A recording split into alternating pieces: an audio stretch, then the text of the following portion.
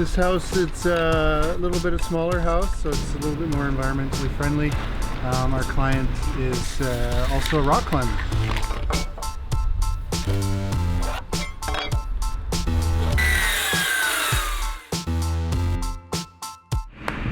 Please listen carefully.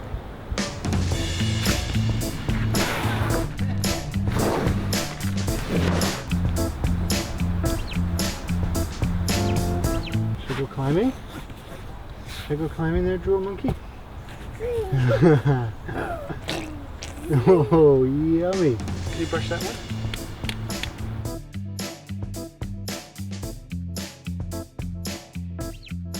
Yeah, right now I'm sort of, because I have to carry him and all his stuff in too, along with my own stuff and my crash pads, I try to pick stuff that's really close to the road. I don't have to walk as far, because he's getting heavier and heavier. But I'm working on this problem called I Shot the Sheriff, which was a project for quite a while here in Squamish, and Jimmy Webb did the first ascent of it 2 summers ago. And I've put in about 4 days on it so far and making a little bit of progress, which is good, but it's going to take some work. But that's the fun part. You climb up this feature, up this prow, and the hardest part for me is you're on this hold and this hold, and you get a tow hook here and you have to throw way up to this hold and then come up like that. I'm not panicking that I can't do it, but maybe I won't be able to do it ever, but it's super fun to try. It's pretty tricky balancing everything in my life. I'm incredibly busy with my work and Thomas and family life and climbing, but I find if I'm very task orientated and efficient at what I do, then I can sort of manage it. I think that my ski career taught me how to be very